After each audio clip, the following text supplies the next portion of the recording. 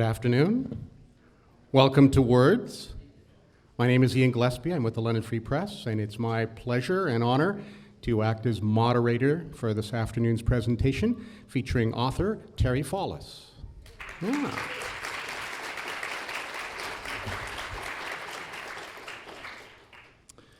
Yeah. Just in case you wandered in from the market and don't know what's going on, Terry is the author of, and he just informed me, his bio says 4, but now officially 5 best-selling novels. This just hit the bestseller list about 2 weeks ago. Is that right, Terry? All published by McClelland and Stewart.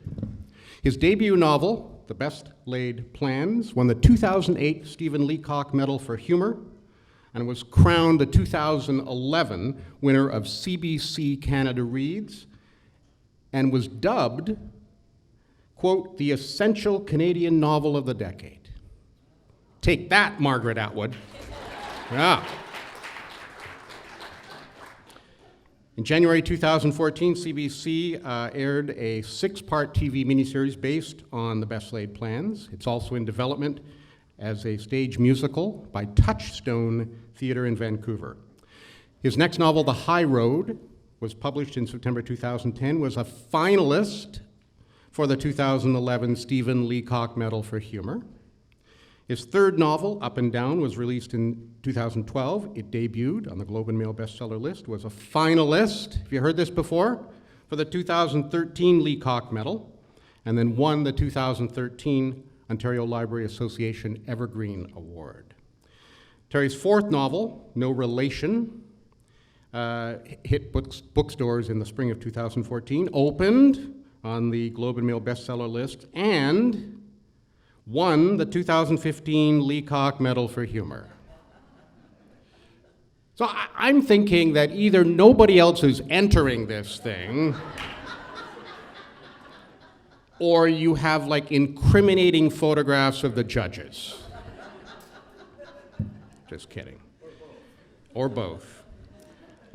His latest novel, which of course, Poles Apart, it's a wonderful, entertaining, quite insightful read, and we'll be talking about that, was published in October. Is that right? Just a couple of weeks ago. And also, he built a hovercraft. I'm not kidding. That's not a joke. That's not, people are, all right. But all those things are just the tip of the iceberg, really, when it comes to Terry. And make no mistake, Terry Fallis is an iceberg. He is exerting a glacial-like presence on Canada, moving, crushing, gouging, flattening everything in his wake. Yeah. Because he also, just a little background, is a pretty fascinating guy, just talking to him now. He graduated with a Bachelor of Engineering from McMaster. That's easy. Where he was president of the student union. After graduation, he turned his back on engineering, or they kicked him out, possibly, and he joined future Prime Minister Jean Chrétien's full-time staff for the 1984 Federal Liberal Leadership Campaign. Served on the political staff of Liberal Minister of State for Youth, the Honorable Jean Laperrière. Stayed with Laperrière as his legislative assistant, following the landslide victory of Brian Mulroney and the Progressive Conservative Party. Do you remember them? No. Returned to Toronto in 1985, worked with Robert Nixon, treasurer, in the newly elected Liberal Ontario government, led by, thank you, very good, on London's own David Peterson. For nearly 8 years after leaving provincial politics, Terry was a government affairs and communications consultant with the international PR firm Hill and Knowlton. And he later became president of Burger and Associates, a fast food joint in Downsview. Only Terry is laughing at that. That is not true. Burger and Associates is a subsidiary of Knowlton, and it's a big deal, so, okay. In 1995, he co-founded Thornley Fallis with Joe Thornley. It's a communications consulting agency with offices in Ottawa and Toronto. He's no longer a co-owner, but he's still working with that agency, and he has created and co-hosted more than 200 episodes of a popular business podcast, Inside PR. And he built a hovercraft. He's also, for more than 25 years, counseled corporate and government clients on various fronts, including crisis communications, media relations, issues management, marketing communications, public opinion polling, public affairs, stakeholder relations, etc., and has written speeches for CEOs, cabinet ministers, and other community leaders. This is an impressive list of achievements, I think you'd agree. I take some comfort in the fact that clearly this is a vast sort of compensation for some deep, dark, dangerous personality flaw. Because, I get depressed. I read this, I think, what have I done? I mowed my lawn in August. That's it. Nothing. Anyway, Terry is clearly a talented guy with lots to do, and he's going to do a little presentation here for us. So let's sit back and enjoy and welcome, please, Mr. Terry Fallis.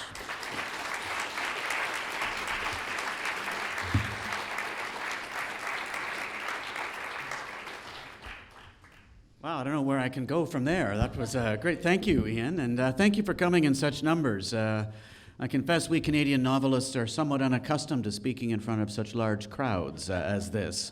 I'm not kidding about that, really. You've outdone yourselves. I'm delighted to be at the festival. What a great lineup they have brought together. And I find the hosts and all the volunteers are just doing an amazing job. So thank you for having me. I'm going to try and get through this quickly so that we can get to the conversation, which may be more interesting.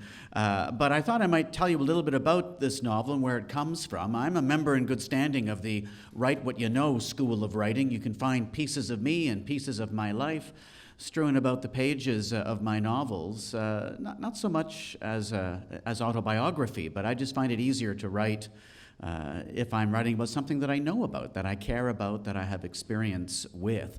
So that's what I've done in virtually all of my novels. In this novel, it is my feminist comic novel, in a staunchly pro-feminist way, I hasten to add.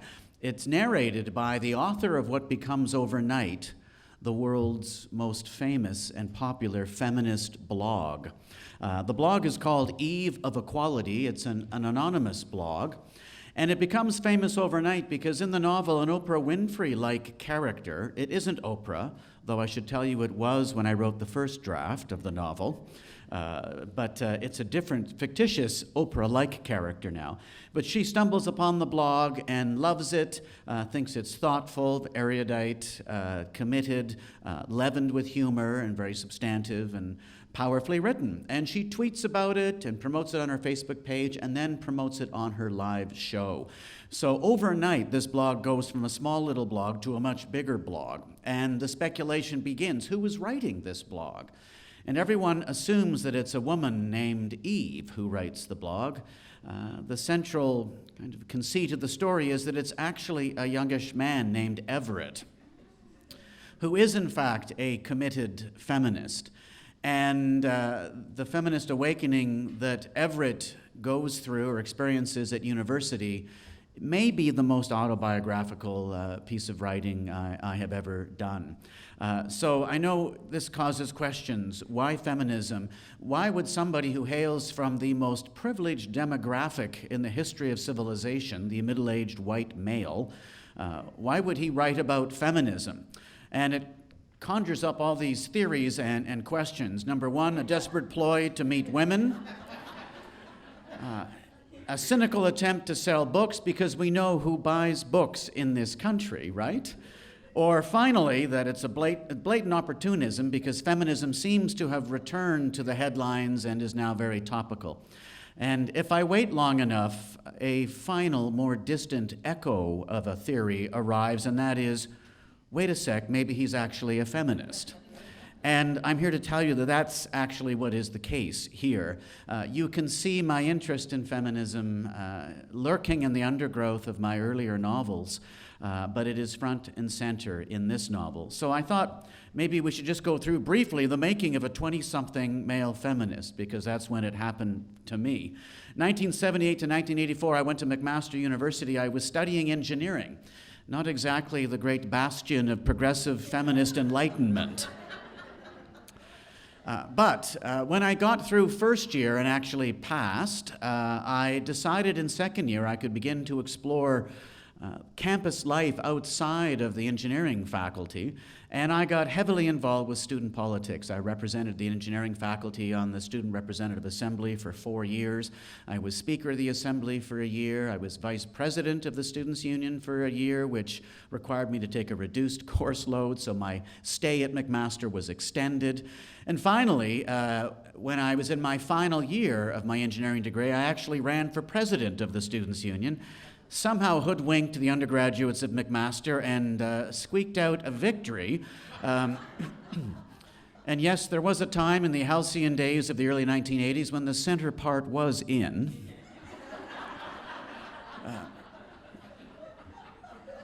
But working in the Students' Union, being president of the Students' Union, really did change my life in a way that few other events have or has.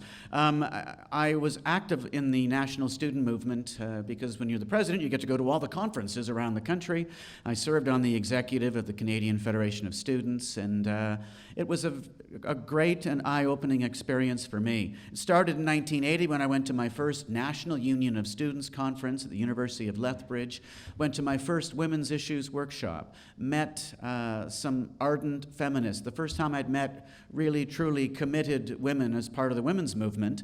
And this was a new experience for me. And I mean, I grew up in a very traditional family. My father was a surgeon. My mother was a nurse, but when her children were born, she stayed at home, and it was just Ward and June Cleaver as I grew up. But there is a very prominent feminist strand in the student movement, and I got quite wrapped up in it. And I stayed working in the student movement for many years while at McMaster, chairing conferences and things like that, and it was just a great experience. When I was president of the Students' Union in 1983, we brought quite a famous, prominent feminist scholar from the U.S. up. Her name is Jean Kilbourne. Anyone heard of Jean Kilbourne? Oh, Killing Us Softly, thank you. That's right. She had a couple of presentations. She was showing around campuses across North America, Killing Us Softly, and the second one was called The Naked Truth. And we brought her in to do this presentation. I introduced her. And she focuses her feminist lens on advertising and how women are portrayed in advertising. And for an hour and a half, we stood in a lecture theater not unlike this one, packed to the gunnels, and we saw image after image after image of advertising that we'd all seen many times before, and but we could see how women were being portrayed, and to see it sort of in a relentless repetition, it was very, very powerful. I wrote about it in my weekly column that week back in 1983. And I walked out of that room. In a way, it was the culminating event in my feminist awakening, I think. It seemed to bring everything into perspective, because when you can begin to recognize when women are being objectified, and it's not rocket science, I don't know why I wasn't seeing it before, but when you begin to see it, you can't not see it. And I began to see it everywhere I looked, in the books I read, in the movies I saw, in my own behavior, in the behavior of my friends. I saw it in my family. I saw it everywhere. And in a way, in that moment, the penny dropped, the light bulb came on, and my eyes opened. Bet you didn't know PowerPoint could do that, did you? Let's just do that again. There you go. That only took me about 9 hours to get, but no. But it is true. I became galvanized, and as an engineer, I like to think I think logically. And for me, when you're in the student movement, there are 45 different social causes the student movement is concerned about, from illegal arms purchases in Iran and in Central America, to government underfunding of universities, to animal health and that sort of thing. But to me, the big one is gender inequality, because there are 7.3 billion people in the world, and gender inequality affects 3.65 billion of them, half the population, because there is not a place on earth, there's not a city, a town, a school, an institution, an organization, a town, a city, a province where there is not some form of gender discrimination. Sometimes it is mild, and other times it is absolutely horrific, but it exists everywhere. And to me, that was the big one, and that was the one I wanted to get involved in. So I became branded a feminist on campus. And yes, there was a time in the halcyon days of the early 1980s when the pale yellow sweater vest was fashionable. It was quite something to be called a feminist then. It was one thing to be a woman and to be called a feminist. It was quite another to be a man and called a feminist.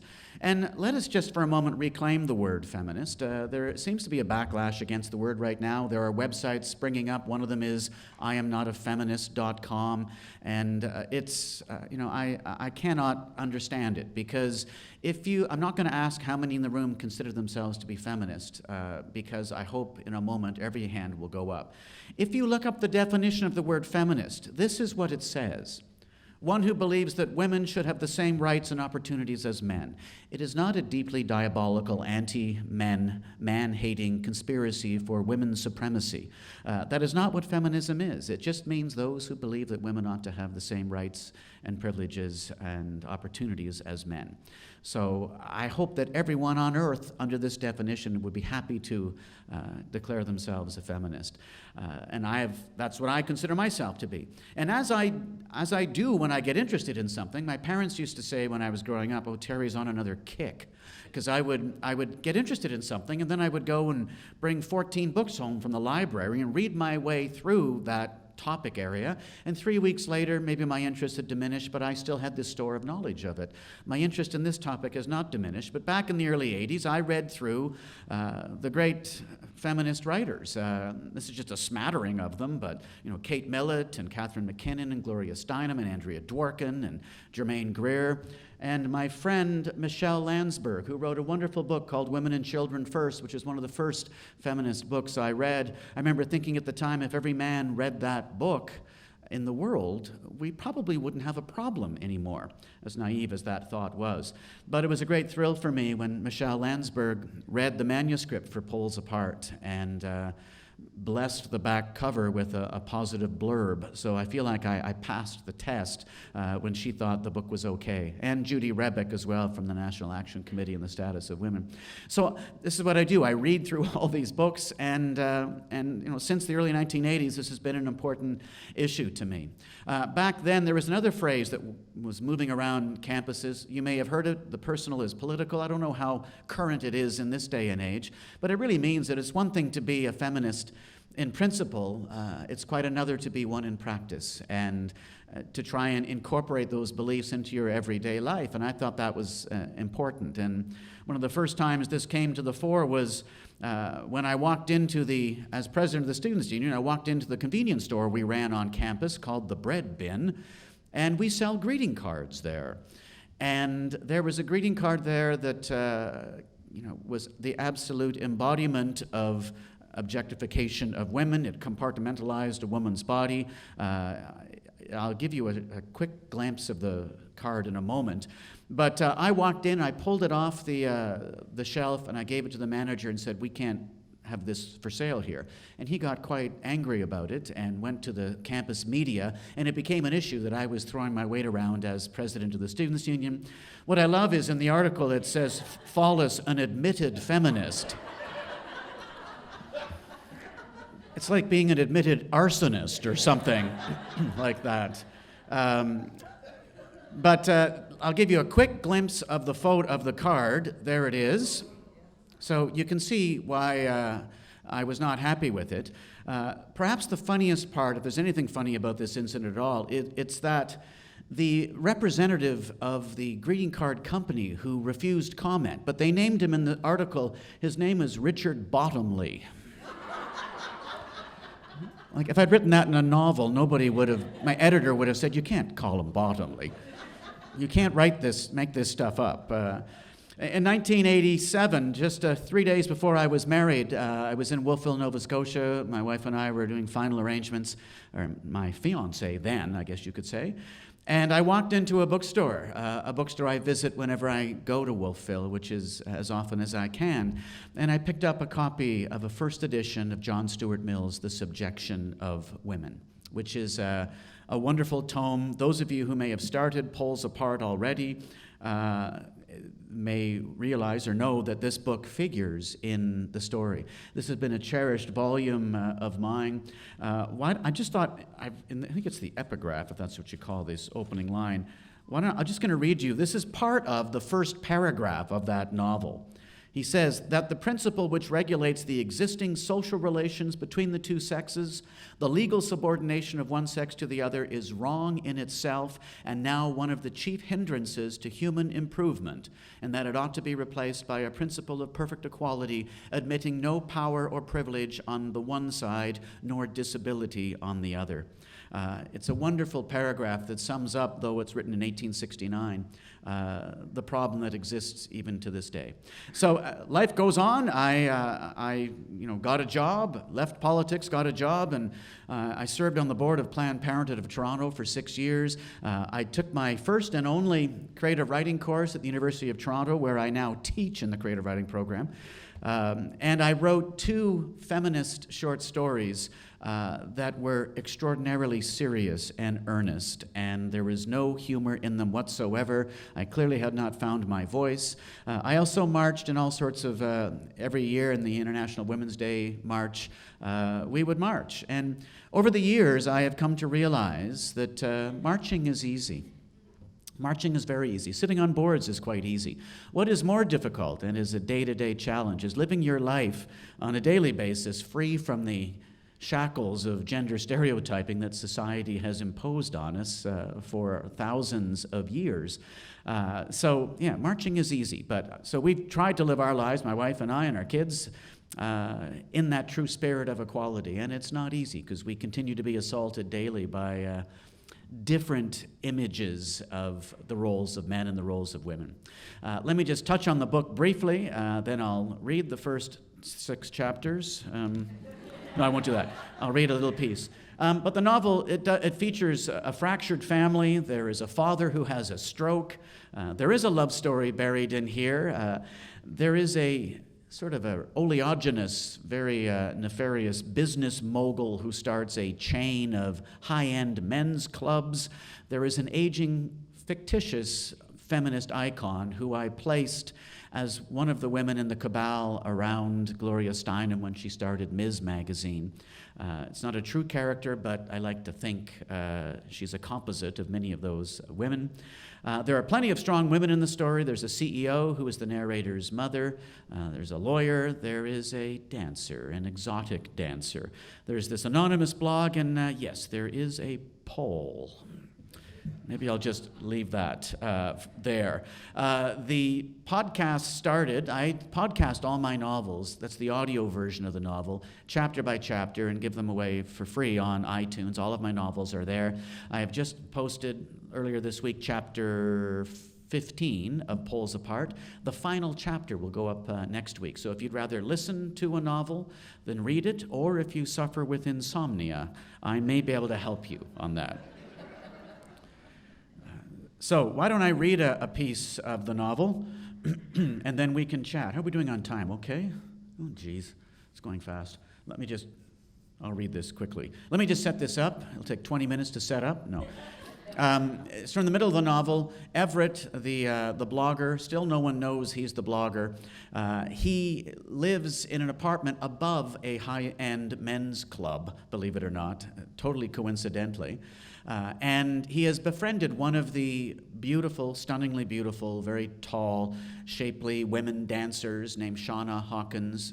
And and she's a PhD candidate in women's studies, studying the history of burlesque through a feminist lens. And she started dancing there for research and has stayed because of the money. She has a 4-year-old daughter named Chloe, for whom Everett is babysitting that night because Shauna's mother is sick. So you got the scene. She's dancing, he's upstairs, Chloe's fallen asleep on the couch, and he is trying to write a blog post. I must have fallen asleep. I realized that when something woke me up. I could see on my laptop screen that my forehead had typed several lines of gibberish as I nodded off. I'd rubbernecked all the way down to the keyboard. Then I heard the noise again. It was a man and woman arguing in the alley below. I looked out the window and saw a shiny Lexus with the driver's door open. The man, about my age, maybe a bit taller, and wearing a gray suit, was standing a few yards away with his right arm outstretched. In his hand, he held the hand of Shauna Hawkins, who clearly did not want her hand held. She was trying to pull it out of his grip without success. I opened my door and stepped out on the fire escape, but hesitated. What was I going to do? "Get your little ass in the car," he snapped at her. "You knew how this was going to end when you gave me that look back in there. Don't back out now." "If you value your ability to procreate, you'll let go of my hand right now," she said in a low and slow voice. "Hey," I shouted. Apparently I wasn't hesitating anymore. I tore down the stairs and within about 3 seconds was standing between them, though their hands were still linked. "It's okay, Everett. I can handle this jerk." "I've got this, Shauna," I said in my Power Ranger voice. Before turning to the jerk, "Let go of her hand right now, get in your car, and leave." "Shut up and mind your own business." I'm excising some profanities here for the more tender ears. "This is between me and her, so blow." "Seriously, Everett, I can clean this up on my own, but thanks." "Listen to the Amazon, little man. This doesn't concern you."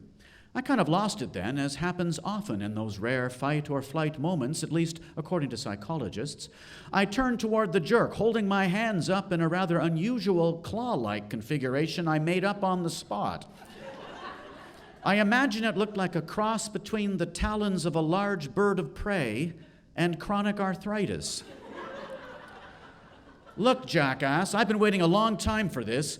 10 years of Tsingtao training and 2 years as an instructor, and not once have I been able to use this in a real-life situation on someone who really deserves it. Not once. Until right now. Your number just came up. Please don't disappoint me. Let's do this." His expression changed, only slightly, but enough to let me know he was rethinking his options. "So let's go," I pushed, bouncing up and down on the balls of my feet, waving my talons around in intricate patterns.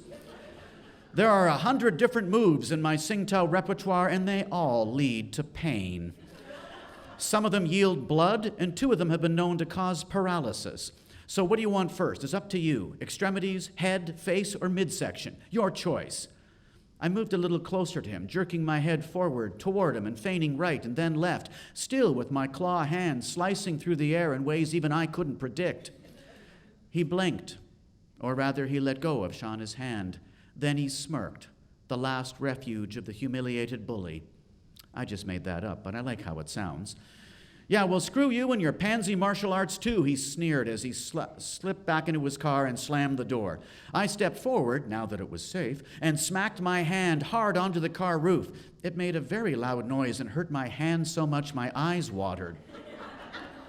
He gave me the finger and squealed out of the alley. I took Shauna's elbow and led her up the fire escape to my still open kitchen door. "Are you all right? Did he hurt you?" "Everett, I'm fine. I had the situation completely under control. I didn't need a Bruce Lee intervention."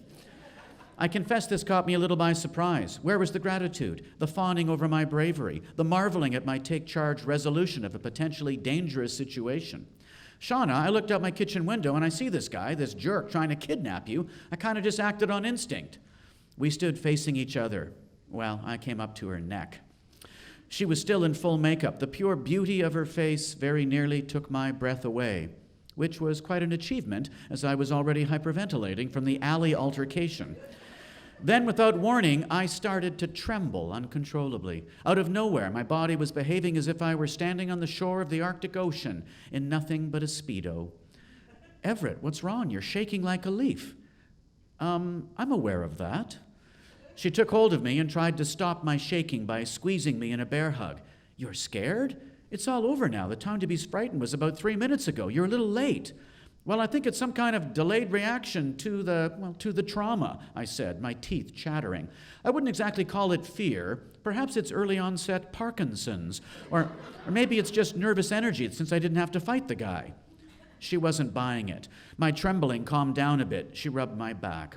But you have 10 years of training in Sing Tao. You're a Sing Tao instructor. That jackass was terrified of you. You could see the fear in his eyes.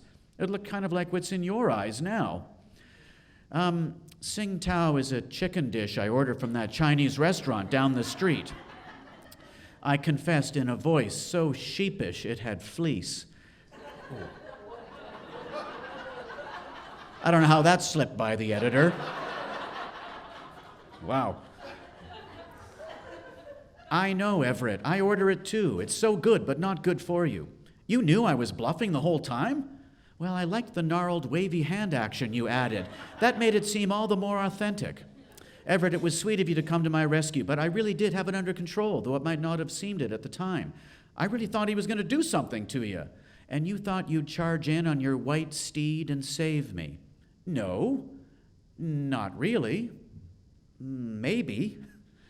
And if matters had escalated, well, I'm bigger than you, sweet Everett, and bigger than the jerk and the Lexus. I probably could have taken the both of you. And I don't even have your deep knowledge of the ancient and sacred martial art of Sing Tao. Okay, so maybe I didn't think it through. Maybe I was just running on adrenaline and instinct. And millions of years of gender stereotyping. Ouch, that hurt. She hugged me a little tighter. I mean it. It was sweet and brave of you to step in between us like that. I knew you were doing what you thought was right. You were trying to protect me. I'm grateful for that. You put yourself out there for me. You were kind and courageous, and I love you for it, she said, in a quiet, intoxicating voice. I thought I detected a subtle change in her tone. She leaned forward, face on to me, and looked in my eyes, her hands holding my upper arms. Then it seemed to me that she started to move in. Based on millions of years of highly developed, acutely sensitive male instinct, I moved in too. I closed my eyes and configured my lips in what I thought would be the most enticing position. I then felt my lips press up against her, against something that didn't feel much like her lips. I opened my eyes and saw that I was in the act of kissing the palm of her right hand. I liked her hands, but I wasn't expecting that. With lightning speed, she had thrust her hand up between our faces. As a talented dancer, she clearly has extraordinary powers of physical coordination and kinesthetic awareness. There was not much room or time to complete that particular maneuver without her fingers winding up in my nostrils. But she somehow pulled it off. Sorry, I'm pretty sure that was my fault, Shauna said. I thought you knew. Thought I knew what? That you might be into palm kissing? She laughed. She had a really nice laugh. No, that I bat for the other team, all the way, 100% of the time, no exceptions, always have. I must have looked as puzzled as I felt. I'm gay, I'm a lesbian. I'm sure you've heard of us. You know, the island of Lesbos, Ellen DeGeneres, Melissa Etheridge, Martina Navratilova, to name just a few of the tribe. Apparently, I still looked befuddled. Come on, Everett, you have to lose the crew-cut, chunky, no-makeup women's prison stereotype you're carrying around with you. We come in all shapes and sizes. I know that. I just misread the situation. It happens. I swear I had no idea you hailed from the island of Lesbos.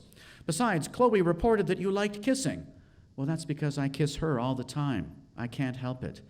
My eyes darted over to Chloe again and then back to Shauna. I must have still been displaying my puzzled look. I assume you've heard of turkey basters, she said.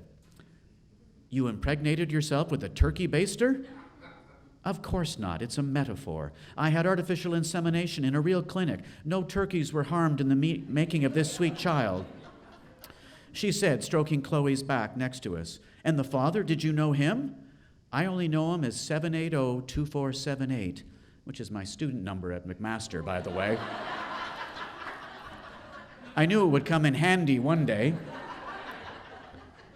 He was an anonymous donor, and that's just fine with me. We just stared at Chloe, who seemed she could sleep through. We stared at Chloe, who seemed could sleep through a Metallica concert. She really is amazing, I said. Yes, she is, but so are you. I loved the story you told her. It was perfect. I dusted off my perplexed look for about the fourth time in the preceding 10 minutes. She merely pointed to the baby monitor still on the coffee table, its red light glowing. Oh, shit, I forgot about that. Just give me a moment to review everything I said in the last 5 hours. You said all the right things. She gathered up all the paraphernalia that comes with being the mother of a beautiful 4-year-old girl and stowed it in the canvas bag. I walked them to her car. Shauna carried the big blue bag, and I carried Chloe. Still sound asleep, she was pure, warm weight against my chest and shoulders. Her head fit perfectly against my neck. I could feel her breath on my skin. I slid her into her car seat, and Shauna buckled the straps. Still, Chloe slept. Thank you for everything you did for me tonight, and I mean everything, she said, kissing my cheek. If only you had breasts, this could have been a magical night. Well, at this precise moment, believe me, I wish I had breasts too. She laughed, slid into her car, and pulled away. Thank you.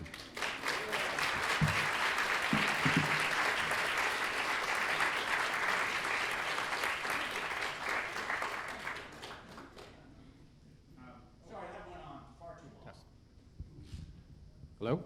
Hello? Hello. Okay. I know we don't have a lot of time, and you sort of, there's so much in this book. You covered the sort of feminist aspect there.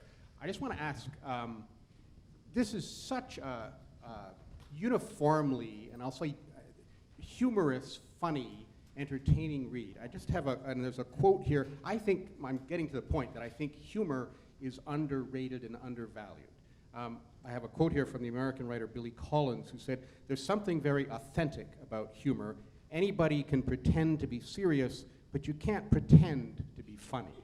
And I think that's very true. To pull it off, and so here's my sort of mini thesis, and you can defend it or refute it or not, but I tend to think that humor is the sort of Rodney Dangerfield of literature, and that it don't get no respect. So the question is, do you think that because, and I hope it's not unfair to think of you as primarily a humor writer, that perhaps the work then sometimes doesn't get the attention it deserves, or? Well, I think that's been common for a long time in most literary markets, whether in Canada or the United States. Almost by definition, if it's funny, it can't be serious, therefore it shouldn't be treated seriously, when in fact I think humor is very serious business and can be dealing with very, very serious issues. And if it's wielded effectively, I think it can be a very trenchant instrument of social comment. But we don't resort to it often enough, I don't think. I think we need more humor writing. And I don't ever expect, for other reasons beyond the fact that my books may be funny, I mean, my books will never be on the Giller Prize list, but not because they're funny, I think because other writers' sentences are far superior to mine, I think. But there is that belief that it doesn't really get a fair shake because we're making people laugh. It's light and fluffy, when in fact you can make people laugh and still have it be serious, and you hope causing them to think about something. Just sticking with the humor for one more second. The other thing that impressed me about this book is that I know many of the humor writers that I admire, whether it's James Thurber, or Nora Ephron, Robert Benchley, Woody Allen, a lot of their pieces were short pieces, 500 to 2,000 words, sort of mini essays. And I think it's very difficult to maintain that tone. And I think humor is not jokes, it's tone, as you do in this 400-plus page novel. Well, that's nice, although I think there are plenty of people who think it ought to have been shorter. Well, it's funny, I tend to write in my own voice. That's my little writerly secret. You can read all 5 of my novels, within which there are 4 different narrators. I write in the first person. And even though there are 4 different narrators, they all sound remarkably alike, and they all sound remarkably like me. And that's a sound observation to which I plead guilty. I just find it easier to write when I'm in my own voice. So when I'm writing, it's maybe not as hard to sustain it because it's the same lines I'd be using at the dinner table with my wife and kids as I would be putting in the novel. So it may be easier for me to sustain. The other interesting thing, and you alluded to it in your presentation somewhat, is that you've really kind of been very active on social media, and I just wanted to touch on that, in that your first book, Best Laid Plans, started as a self-published novel, right? And then you, promoting it, I believe, right, through social media, were able to snag McClelland and Stewart as a publisher. So I just wondered if you could describe briefly that journey Sure. that you took. Sure. Actually, it was slightly reversed. I podcast the novel first before it was ever self-published. I was just trying to build an audience for it. I had spent a year trying to find an agent and publisher, and which that whole effort, assiduous as it was, had resulted in exactly 0 rejection letters. I didn't even make a big enough impression on the traditional publishing establishment to generate an automated rejection letter. You didn't even get a rejection letter? No. So, you hear those That's kind stories. of the definition of failure, right? I know, there, exactly. Thank you. I can fail with the best of them. I had this blank wall ready and it's still blank. So I decided I would self-publish it, but while I was going through that process, I decided to build an audience for it, at least try to, by podcasting the novel. And I was already a podcaster, so I knew how to do that. It was really the comments I got from people all over the world, which was the great shock, that made me think that perhaps I had actually written a novel, because I didn't really know whether I'd been successful. And they were so supportive, and the comments were so gratifying that I self-published it, and my life as a writer changed instantly when, with the last 10 copies I had, I entered my own book into the Leacock Medal, and miraculously the self-published novel won. And within a week of being shortlisted, I landed a literary agent. Within a week of winning, we signed with McClellan and Stewart, where I have been happily ever since. So it's sort of a charmed literary journey, and I pinch myself every 20 minutes or so. I know, again, we're probably running short. Do we want to turn it over? Are there some questions from the audience here? Settle down. There's time for everybody. Just calm down. I can run the microphone out, or if you... Yes, sir. This is sort of a thing on the voice. Do you recommend people meet the author to hear his voice, so when they read the book, they also hear that voice? Did everyone hear that question? Yeah. Okay. Interesting. I never really thought about that. I think it's, well, I'm not sure. Russell Smith is going to be here later on to speak, and he comes from a different school of thinking. He thinks that there ought not to be biographies on the back flap of books, that it's a piece of art that stands in isolation on its own and deserves to be judged without any knowledge of who wrote it and whether he or she has children and lives in Edmonton and I, on the other hand, I love to know more about the author. I've been in here for many of the sessions the last couple of days because I want to hear more about these people. So I find it useful to hear them in their own voice. So maybe that's a good idea. Come and hear the author speak. I was scared to do that with John Irving, my favorite author, because I worried that he would sort of ruin my impression of him. But I went anyway, and he did not disappoint. I loved him. So. The microphone is roving.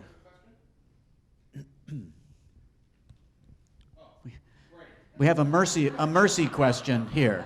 It is not a mercy question. First off, I want to publicly thank you for teaching me pretty much everything I know about Canadian politics. It was painless, it was fun, and you created some of the people that I really wish existed. I want to know who you read to laugh. Who I read to laugh. Well, thank you for that first comment. I'm heartened to know that that the book was enjoyed, but also that you learned something from it too, because it was intended to be not an inaccurate portrayal of how we practice politics in this country. It may have been torqued on the edges a little bit for comedic effect, but it really is how politics work. So thank you. Who do I read for fun? I have a lot of comic writers that I've enjoyed over the years. You might not classify Robertson Davies as a really comic writer, but he certainly writes with a wry sense of humor, and he knows how to assemble sentences beautifully. Mordecai Richler, Paul Quarrington, Christopher Buckley in the U.S., who's a great satirist. I've enjoyed Stephen Fry's novels. You may know of Stephen Fry mainly as a television personality, but he is a public intellectual of the first order and has written several very, very good novels, particularly his earlier ones. But John Irving is a particular favorite of mine as well. And Miriam Toews. Miriam Toews and John Irving taught me they're two of my mentors. Neither of them knows that. But the power of juxtaposing humor and pathos, and sometimes rubbing them up right against one another. And if you were here for the Miriam Taves session, that question came up to her. Anyway, those are a few of them.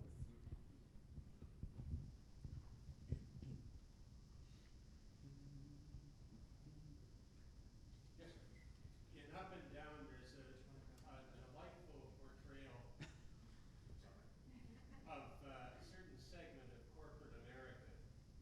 I'm wondering whether there has been any American reviewer who has responded to it. Did everyone hear that question about Up and Down? There's some Canada-U.S. relations and some stereotyping of both, perhaps, in that novel, which I had a lot of fun with. The novel, I don't have a publishing deal in the U.S. I have a distribution deal, which is not as good and not the same, but they are available down there. I don't think Up and Down is blowing the doors off of Barnes & Noble, but it sold better than I think Random House expected that it would.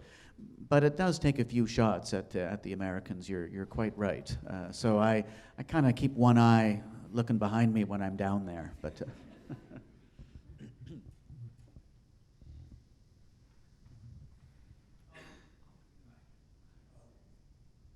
I can't discuss your novels because I must admit I haven't read any of them, but I'm sure I'll change that. I was really interested in your biography and your start in life and politics and that.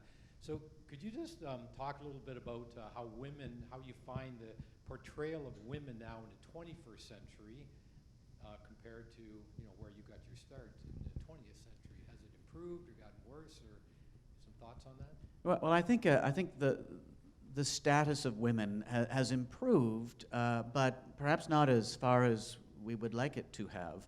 And you just have to turn on the television and watch some commercials on TV to know that we may have taken 3 steps forward and 2 steps back. There have been great advances in legislation. It is now against the law to do certain things, like pay women less for the work of the same value. The problem is legislation is too often seen as an end instead of just a means to an end. And legislation can never be the end because we'll never have true equality unless we actually have changed our attitudes and our minds, and that we think differently about it, and we no longer have these little assumptions in our head over which we seem to have virtually no control. So we have come a great distance, but there is a long way to go, I think. And I think it's a generational thing. We need the new generation, young people, before they have been inundated with the baggage, the gender stereotyping baggage that we carry with us as adults, and to let them move forward liberated from that, as difficult as that is, because you just have to go into a toy store to see that gender stereotyping remains strong even at that level. So I think we have made some progress, but there is no time for resting on our laurels. More needs to be done. And men need to get more engaged in it, because men are the ones who will end up surrendering power if we are to have true equality. And we need to get comfortable with that and recognize that that will be better for society when that happens, because I think it will. But let's not end on that note, shall we?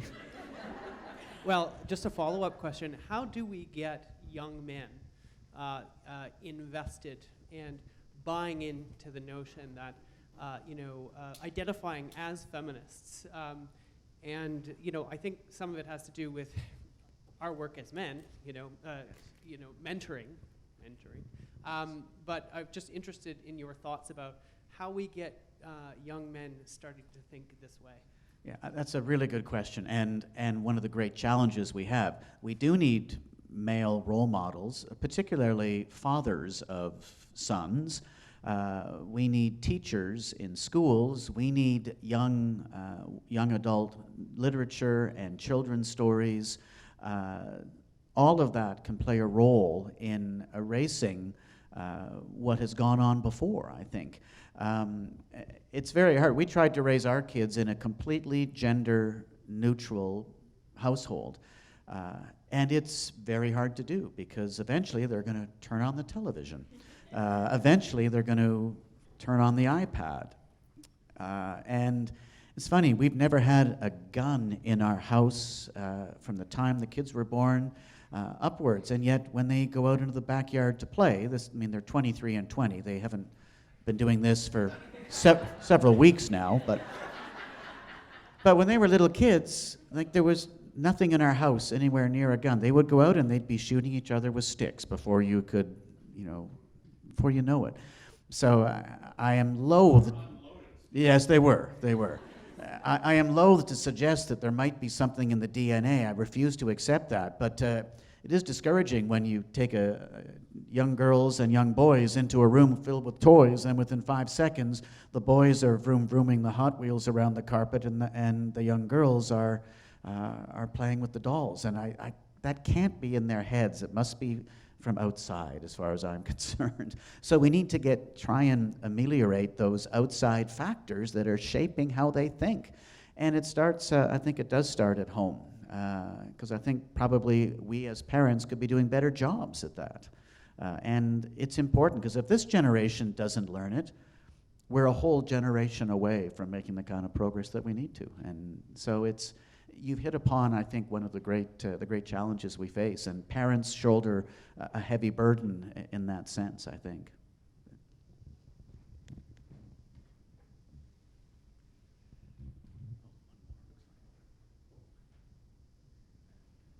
In your book, Up and Down, your hero is not only a woman, but a woman of a certain age.